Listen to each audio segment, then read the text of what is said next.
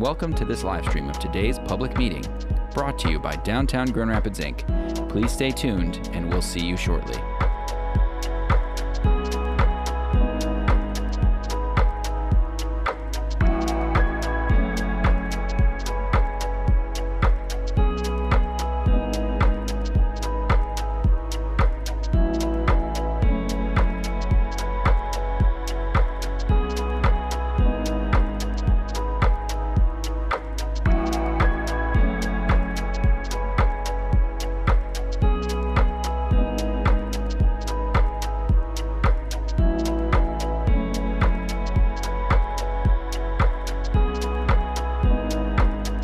Hello, and welcome to this live stream of today's public meeting, brought to you by Downtown Grand Rapids, Inc.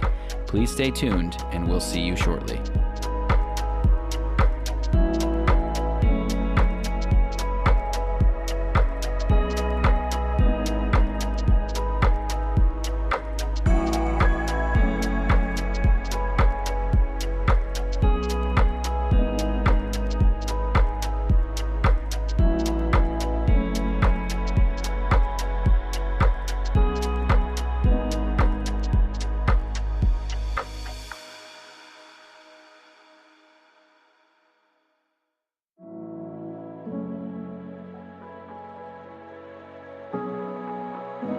Hello, and welcome to this live stream of today's public meeting, brought to you by Downtown Grand Rapids, Inc.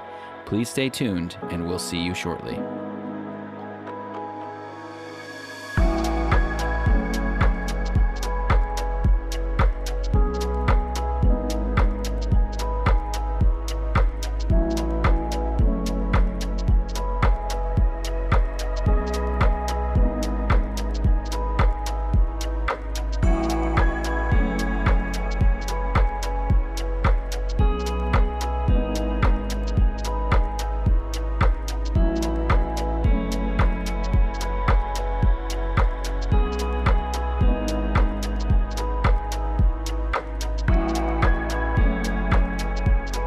Hello, and welcome to this live stream of today's public meeting, brought to you by Downtown Grand Rapids, Inc. Please stay tuned, and we'll see you shortly.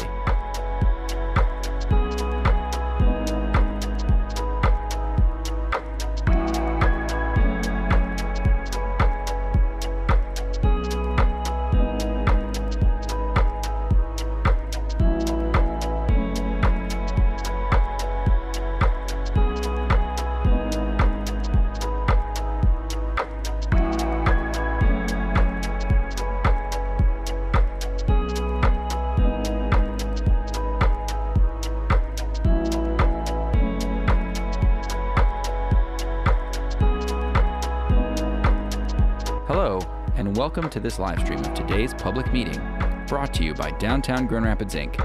Please stay tuned, and we'll see you shortly.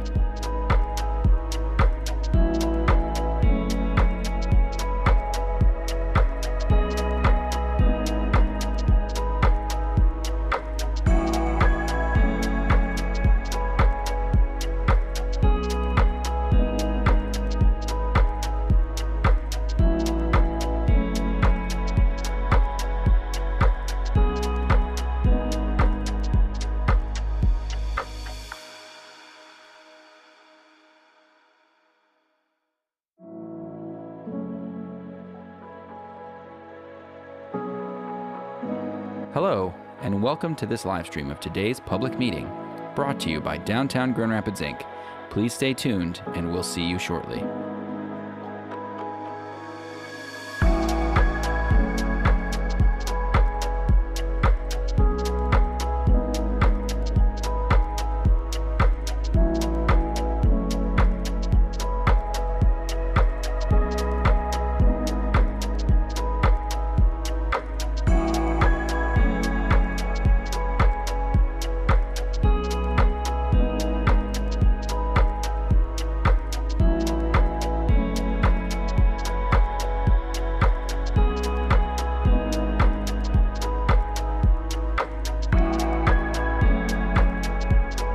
Hello, and welcome to this live stream of today's public meeting, brought to you by Downtown Grand Rapids, Inc. Please stay tuned, and we'll see you shortly.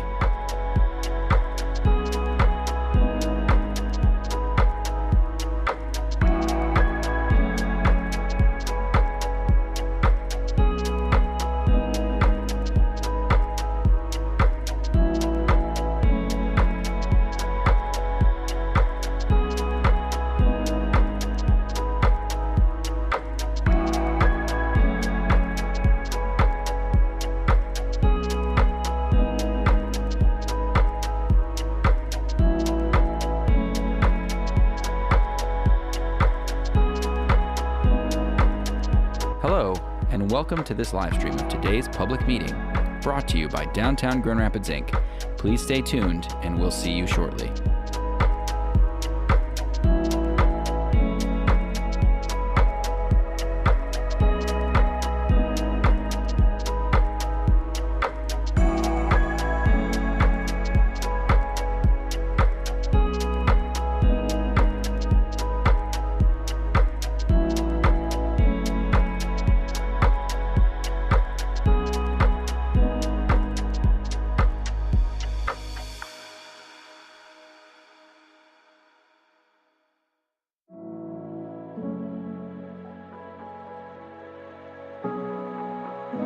Hello, and welcome to this live stream of today's public meeting, brought to you by Downtown Grand Rapids, Inc. We're possibly waiting on a couple more people, but we have quorum, so we're gonna go ahead and call the meeting to order.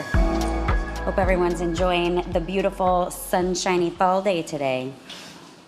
We're gonna go ahead and start with approving the meeting minutes from June 2024. Can I get a motion for that? Move it. Motion. Okay, and I'll support? support. Perfect, thank you so much. Any questions or comments on the minutes in review? Okay, hearing none, we'll take a vote for approval. All in favor, say aye. Aye. Carried, thank you. Next item up is accept the fiscal year 24 year-end financial statements. The motion there. Oh, we're gonna do a motion and support. So moved. Okay, thank you. Support. Got it, thank you. All right, Tricia, thanks. In your packet, the first set of statements is as of last year end, FY '24.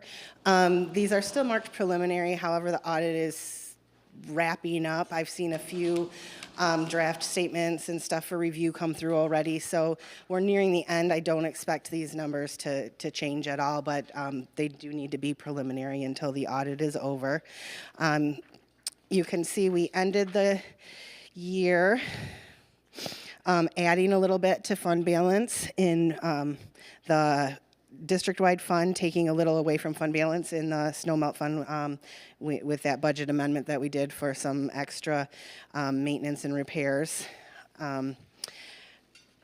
The list of expenditures is in statement C, which is all of everything that was spent or charged to June, which is what I would look for approval for. I'm happy to take any questions if anybody has any questions.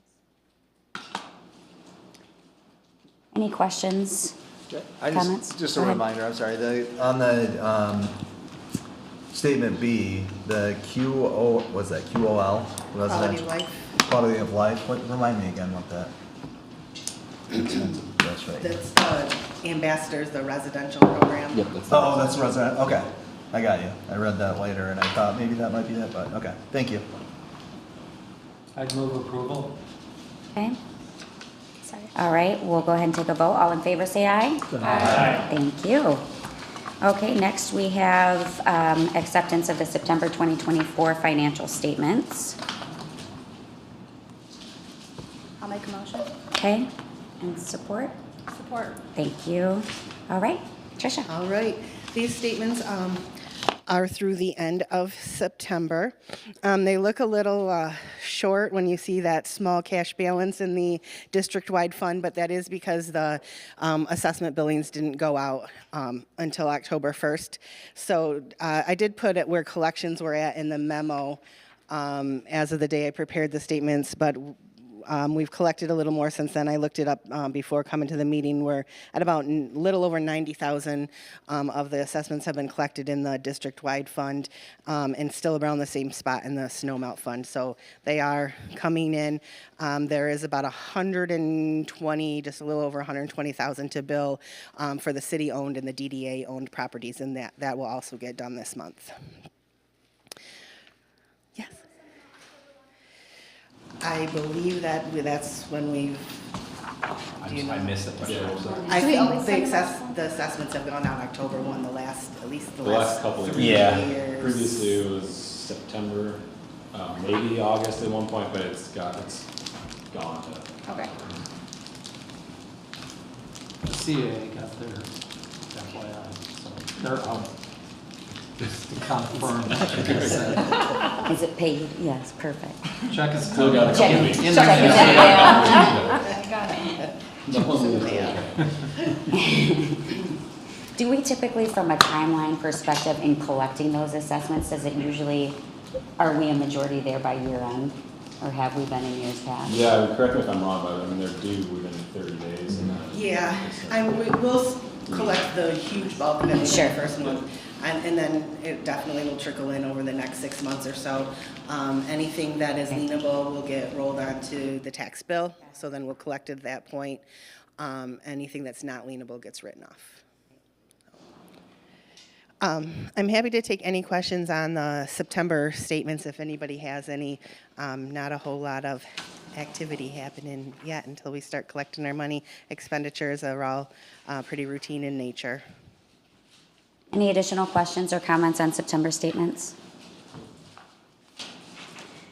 Okay, we'll go, thank you so much. We'll go ahead and take a vote. All in favor, say aye. Aye, thank you. Carried.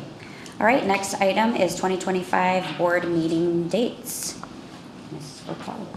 Yeah, I have the We important have items. those. This is just info for everyone's calendar's sake. If you have any known conflicts with the dates that we include in the packet, let us know. Otherwise, if we're all good, we'll send those invitations out shortly so we can hold the times in 2025. No action needed on that. Just let us know if you have an issue. FYI. Yep. Okay, thank you. Yep. Next item is residential ambassador request. This will require a motion. Good afternoon, everybody. So to Mike's earlier question about that line item on the budget, so if you recall, back during the reauthorization, we added residents to the roll. And as part of that assessment to the residents that was new, we added, with the help of a formed resident group, additional ambassador services above and beyond the services that our current ambassador team provides. That was specifically geared towards or scoped out for resident services.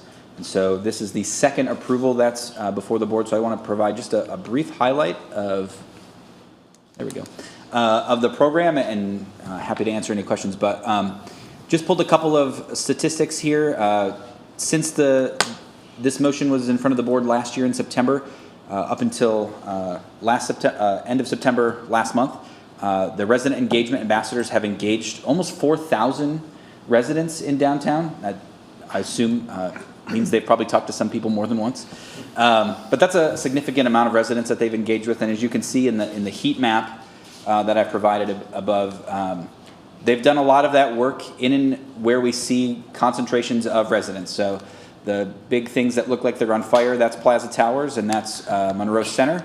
And then there you see them interacting with folks at the community garden over in the Lasconcha space, where we know we have a lot of residents doing programming over there. And then also along sort of the South Division, South Hartside area, where we have lots of residents staying over there. Additionally, they've provided over 73,000 directions, information, and mobility assists. We assume some of that's probably not to residents also. But in addition to those two pieces of work, they've done things like put in maintenance requests, cleaning, they've changed tires, they've done a whole host of other work. And then you can see Deborah, who's provided a glowing recommendation of the services. Additionally, they attend sort of the neighborhood resident meetings as well. So the HNA, they attend the DNN working group meetings that are happening.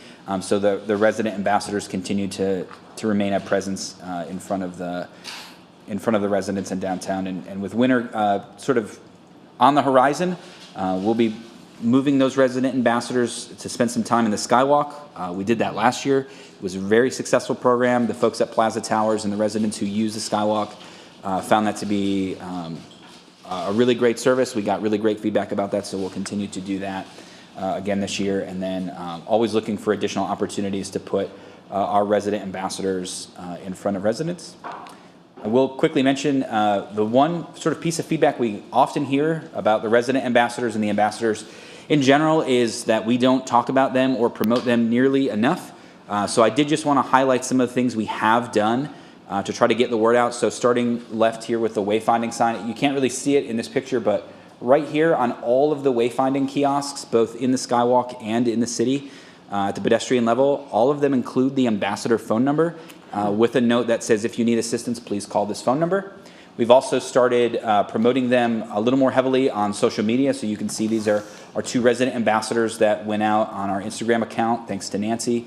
And then over here we have a palm card that talks about the ambassadors' roles and responsibilities sort of broadly and includes some statistics. And then this bottom one, which is pretty identical to the top one, was actually mailed to every resident and property, or excuse me, assessment payer in the district. And so everybody should have received a piece of mail that talked about the ambassadors, what they do, as well as this QR code to take a little survey about the improvement district. The ask before you is for for a not to exceed amount of $117,000, which is to continue the 2 3/4 time ambassadors added to the team to carry out the specific scope of work for resident engagement. And with that, I'm happy to answer any questions you all might have about that. What did we pay last year? I'm sorry? What did we pay last year for? We paid $124,000 last year. The number went down because there was a grant that was subsidizing it that went away. So when we did the assessment increase for this budget year, we tried to recoup as much of that as we could. We sort of made some promises to the residents that we would not raise their assessment in the first 3 years of our reauthorization period. So we're sticking to that. So the trade-off is we have to sort of reduce services a little bit to stay within budget. 2 minor questions, Melvin. What's Yeah. the phone number? 616-250-8263. And where does that go? That goes to the field ambassador who happens to be carrying the phone that day. Typically, it's a supervisor. On some days, it's just a lead ambassador. But as long as there's an ambassador on staff, somebody is carrying the phone and they'll answer. And then when they're doing car assist, do they ask for any forms to be signed? Or Yes, they get a release of liability form signed before they touch the car. Yep. Okay, thank you. Yeah, good questions. Just any forecasting of what the level of service delta is likely to be, or where it will be I don't think- seen, or is it kind of a? I don't think it'll be too much. We didn't add 2 full-time ambassadors last time. The 124 was enough to add about a full-time and slightly less than 3/4. So this probably just balances out the service between the 2 ambassadors a little bit better. Additionally, we have the ability to run over with our banked hours. That's not recommended at this time, but I don't think we'll see a huge impact to services provided. Yeah, and I've got to editorialize this whole discussion at the risk of repeating myself. As a resident downtown, these ambassadors are fantastic. And not only for our benefit, and our benefit is great because they know us by name, especially the ones that work consistently in our area. They know our dog. One of our resident advisors was actually had an art piece for Art Prize, so we got a little bit of a celebrity there. And on top of that, you see them, especially in the Monroe Center area where I live in McKay. It's super busy, especially during events. They're down there interacting with everybody. They're representing Grand Rapids. And so whether we've got a conference downtown or something else, people from out of town, those people, those ambassadors are actually really talking up Grand Rapids and making Grand Rapids look good. And having traveled all over the place, I think there's only one other city that I'm jealous of, and that would be Phoenix. Their ambassador program is fantastic, and so and I know our people are on their way up there too. So good job. Yeah, I'd have to echo Paul. We have a walking courier that goes through downtown, and he's constantly telling us all the time how wonderful and polite the ambassadors are. So yeah, I echo. What are the resident ambassadors' typical hours? So I don't have that offhand, but when we set the program up, we specifically looked at times in downtown that saw peak resident activity, as well as worked with the working group to kind of figure out what were sort of the off hours of when folks are coming down here for conferences and visiting, and so we sort of staffed them around that. So typically they work a little bit more in sort of the early evening, and they also do a little bit more work on Sundays than our typical ambassador team. Okay. Can you remind me the difference between a resident ambassador and our regular ambassadors? Is it primarily hours or also duties that they perform? Sure, it's a little of both. So while, you know, all ambassadors are ambassadors, they pick up trash, they Yeah. greet folks. The primary difference is the hours that they work and then how we strategically deploy the resident ambassadors. So like I mentioned the Skywalk earlier, we don't always deploy ambassadors to the Skywalk, but we do deploy the resident ambassadors to the Skywalk when the weather turns cold or it's rainy or things like that. Just knowing that that's a high traffic area for residents. So. They're seeking out residents. Yeah. We try to put them in strategic areas where we know we get a lot of resident engagement so that they're in front of the residents that they're serving. So. I don't know if you know this one. Have they had any issues with staffing since we increased the rate, or are they? No, none at all. And then, how often do we run background checks on them, even after they're hired? We run a background check as soon as part of the hiring process. I'm not familiar with that Block by Block runs any sort of background check throughout their duration of employment unless we request it, which we can request at any time. 117 is part of our already approved budget. Yes. Any additional questions or comments? Okay, we'll go ahead and entertain a motion for the residential ambassador request. Thank you. Support? Thank you. And all in favor, say aye. Aye. Thank you so much. Absolutely. Next item is Monument Park snowmelt repair. Next topic. I feel the same way. Melvin. So in less fun news, the Monument Park snowmelt is in need of some repair. There's a significant portion here, which I've pulled up on the screen, which is about 420 square feet of section that just does not work. So this section has been a problem for a little while, and we have exhausted every method we can to try to repair it in place. A quick getting in the weeds background. So the Monument Park snowmelt system is different than the Monroe Center snowmelt system in that, if you recall, the snowmelt that's embedded in Monroe Center is PEX tubing, so tubes that we circulate sort of hot or warm water through to melt the snow.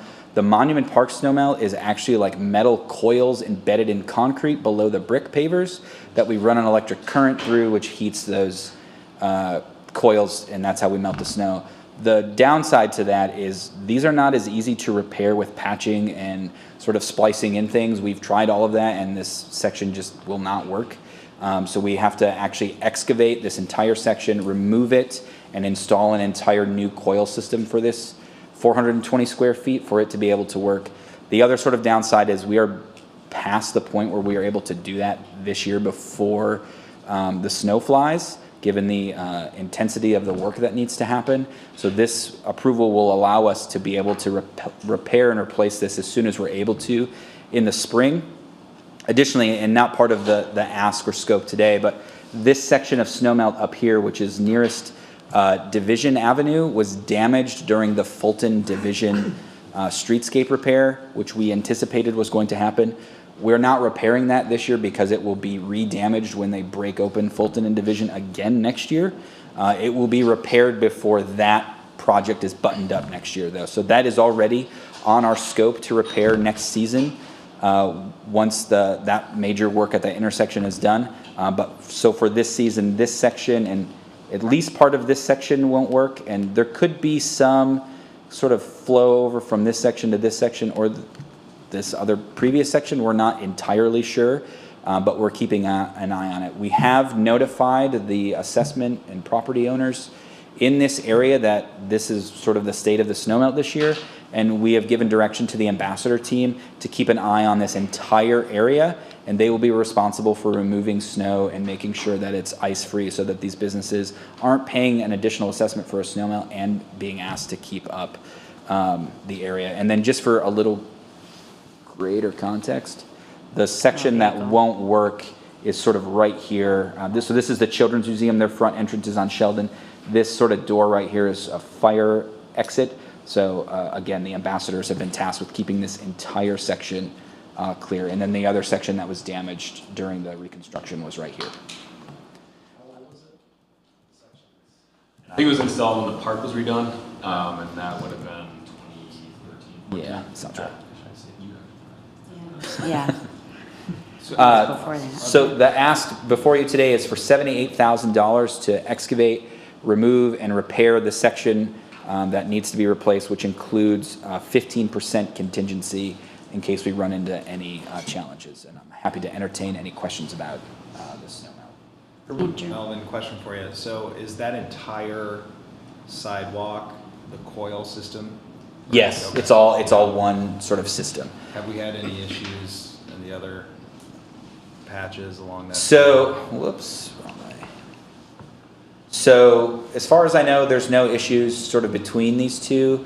There, like I mentioned, there could be some spillover from this section not working to these two sections. Our contractor doesn't think that will happen, but just sort of wanted to give me the worst case scenario. But the rest of this should work, barring this section and at least a portion of this section, if not this whole section. Were you asking historically or just? Now or historically? Yeah, I'm just wondering, obviously, from the standpoint of if you're going to dig up one section of it, is it worth exploring digging up more? Yeah, as far as we know, the rest of it works. We did repair some of this section the last couple of years. We had an errant sign get installed that damaged some coils and had to repair and replace some part of that too. But as far as we know, all of this is working. Is the coil system the preferred system now, or? I would say the PEX system is probably the preferred system. This was, I think, an attempt to try something different. I wasn't here then, but I assume that's why they did this, to see if it would operate better or be, cheaper. I think the disadvantage is it's much harder to repair because we can't just sort of tap into the PEX tubes and just add new tubing. The areas that are being damaged at Fulton Division, the contractor is helping with that, or how's that, as far as adding this? Oh, our contractor will repair it once the construction is ready to be completed. Our contractor will go in and make the necessary repairs before they button up the street. We wouldn't want to trust other folks to do that work. We would want to do that work. Is there a goal to switch over to one system, kind of like what Rick was saying? Or is The two cost systems? to rip all of this up and replace it would be a lot. And so I don't know that we have it on the docket to replace this system. We do know at some point, these systems will stop working or will be beyond our ability to repair them. The Monroe Center system is older than this system, but it seems to continue to hang on. That's not wood, but we'll hope for the best. So we continue to monitor that and make the repairs, and like I said, it seems to be holding up pretty well. We have a pretty aggressive preventative maintenance program in place. Our contractors are out even during the summer testing things and making sure before we start them up in the winter that they're going to work. This might be a really stupid question, but since it's a part of the park, even though Snowmelt falls under us, is a portion of it going to coming out of the park's budget, or does Snowmelt always come out of DID? So technically this is the street and the park is sort of this section here. So they don't have any stake in paying for it. An easement? I don't want to speak for parks, but I'm sure the answer is no.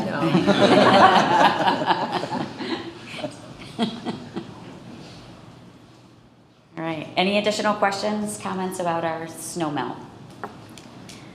All right, we'll go ahead and entertain a motion on the snow melt repair. I'll make a motion. Sadly. Thank you. All in favor, say aye. Aye. All righty.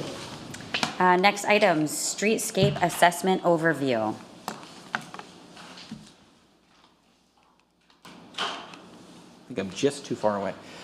So some of you may recall that every year we gather a bunch of stakeholders together and walk around the streetscape in downtown and make some checks on our very official looking clipboards. And so it's time again to talk about that. So really quick for those of us that maybe haven't been around, just want to talk about the assessments. So we started these back in 2019. And so why do we do them? It helps us identify the existing conditions within the DID as we see them in real time. Identify where we, the DID and our subcontractors, primarily the ambassadors, are performing maintenance well and where we might be able to find opportunities to improve. And then we're trying to measure essentially stakeholder perception on cleaning, beautification, greenscaping, and overall maintenance and operations in the public right-of-way. And the benefits are, additionally, we get all of this information about, how we can improve operations, but it also connects our stakeholders directly with services. So the folks who pay the bills get to go out on the street and actually see how their assessments are being used or not. It creates additional opportunity for us to engage with stakeholders, whether they be residents, business owners, property owners. And honestly, it helps with perception of services. I can't tell you how many times I've been walking around with people and I hear like, I've never paid attention before, but I can't believe how clean it is. I can't believe, all the stuff that you guys do and all the things that you take care of. And so I think there's a real value in getting people on the ground and having them look at those conditions. So I just want to highlight really quickly 3 streets for you that we've been assessing for a while. So the first is Monroe Center. So we have been assessing this one since 2019, but I just wanted to include the last 2 assessments for you. So it's a 3-point rating system, 1 being really good, 3 being the worst, and 2 falling somewhere in the middle. So what we have here are sort of the averages. So you can see our oldest assessment that I have up on the board, which is from 2020, seeing that the average is about 1.42. So we've made some incremental improvement on the cleanliness of the entirety of Monroe Center, with most of the categories sort of falling into the green.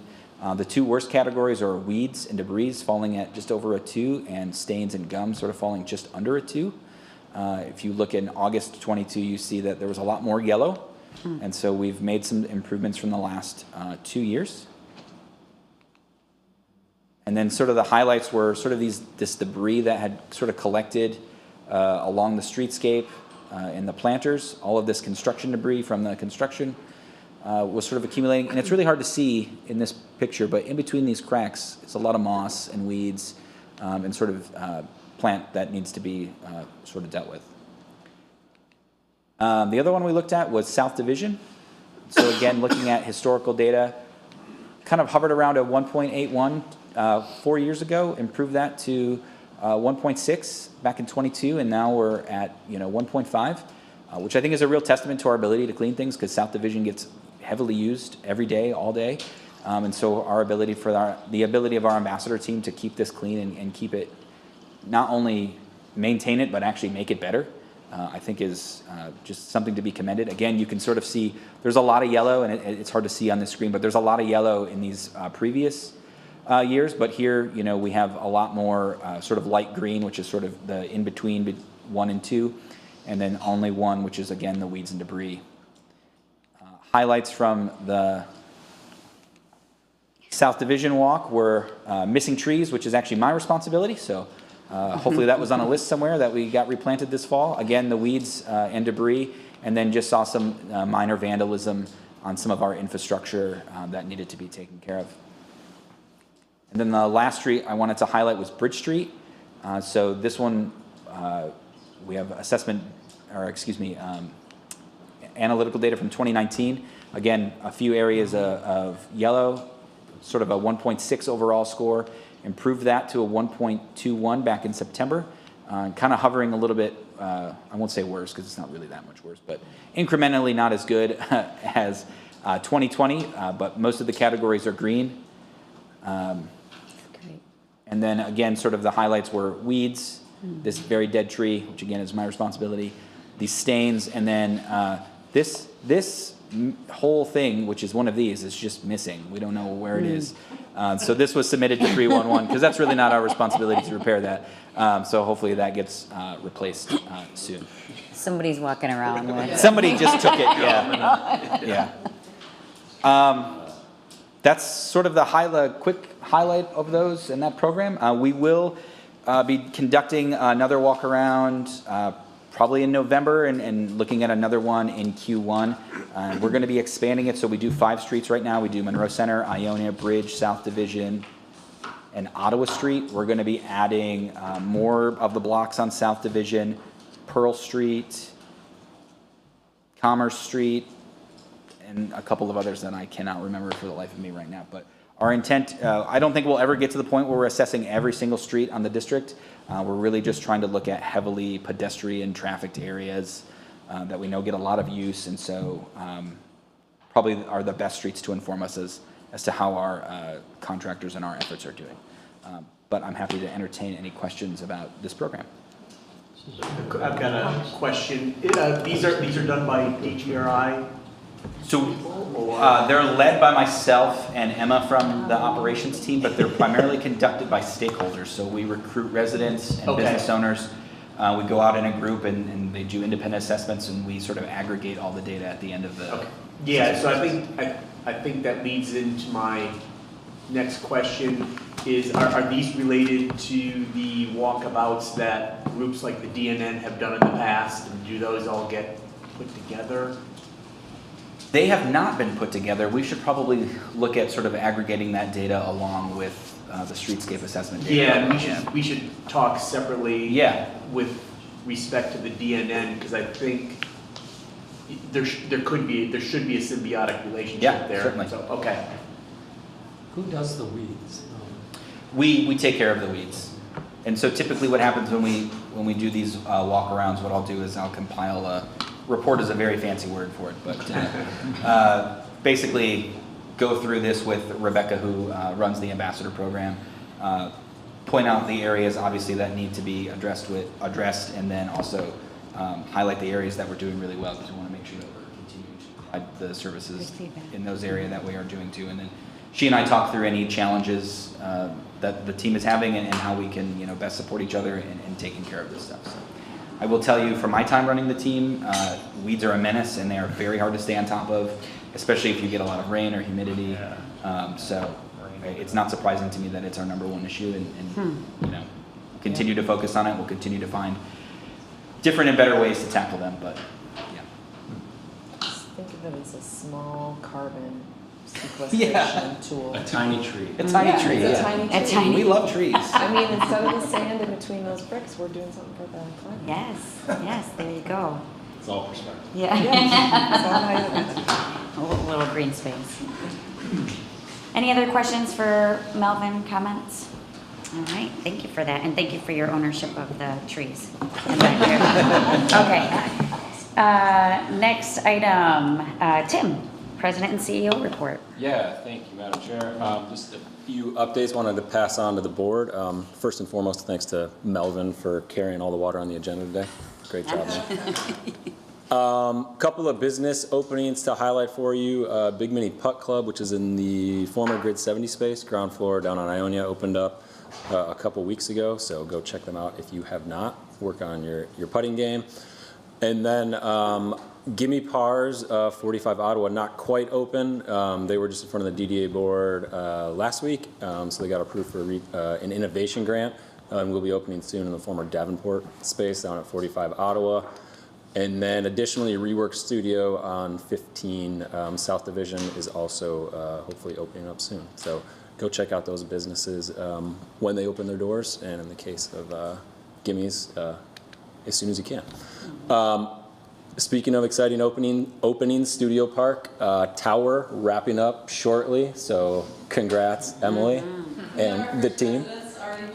Yay. We'll be on that floor. We'll get occupancy up this week, and will you come next week? I will be there, yeah. It's exciting to see. So we're cutting it. And congrats, yeah. It's amazing. So yeah, check that out if you haven't seen it yet. He's like transitioning. He'll be all right.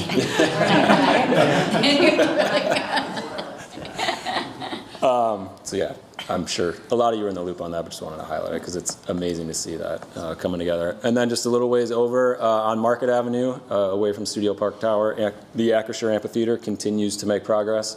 You can kind of see some of the call-outs here. So this is going to be the performance platform stage area, restrooms going up, and then this is the berm, the grass area where folks will be sitting. So awesome to see that moving along. And then in the meantime, DJRI, along with partners at the city, CAA, Grand Action 2.0, continue work on the river edge component here. So this is the rendering of that area. This is sort of the back area. That's the berm pointed out. And then this gives you a better sense of what that entryway conceptually would look like from the riverfront. So a lot of exciting progress down on Market Avenue. Little ways up the river front, if you haven't seen, construction continues on this stretch between JW and the Blue Bridge, this lower walk area, under improvement partnership between DDA and the city. Most of it will be done by the end of this calendar year, assuming water levels stay low. If not, we'll likely be coming back early in 25 to wrap that up. And then just a little ways north of that, Lion Square is done on the edge here. So if you have a chance, go check that out. It's looking really good. There are some underground utility issues that we're sorting through. We're going to have to come back in 25 to patch all that up. The construction area, though, this whole stretch will be opened up around December timeframe. I'll have a temporary roadway in for a little while, and then we'll come back in 25 and finish it up. So great to see all that progress happening along the riverfront. And then I've called this out at a couple meetings recently, but just for those of you that were not in the loop, related to our work on the riverfront, effort being led by James Peacock III on our staff, Grand River Youth Workforce Collaborative was nominated and won an award last week, the Community Spirit Award at Link, just for great collaboration in the community. So that's all about providing opportunities for community members, in particular youth, for jobs on all these construction projects happening on the riverfront.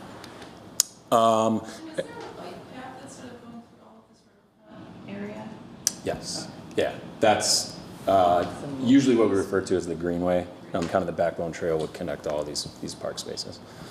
And then I think the last thing I was going to highlight was just event season. So obviously summer we had a lot going on in downtown. Our team was all hands on deck for Return to the River at the end of August. Had a great turnout for that. Obviously our prize was fantastic again. Some of the highlights here, there were a lot more, but great turnout, great crowds. And then that translated visitor ped count. So overall, September 24 versus September 19, we actually saw a slight increase in pedestrian traffic from visitors. So we continue to monitor all that. These are in your metrics, your report that Marion puts together for each meeting, but just wanted to call that out. And then make sure that you're planning for World of Winter 2025, which we have on the books. If you're on our social media, you'll see a lot of those large installs being called out, but team is getting ready for that. So that's all I got. That's awesome. Happy to take any questions.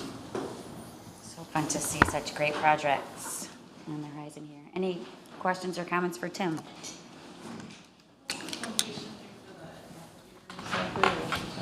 First show is going to be happening in May of 2026.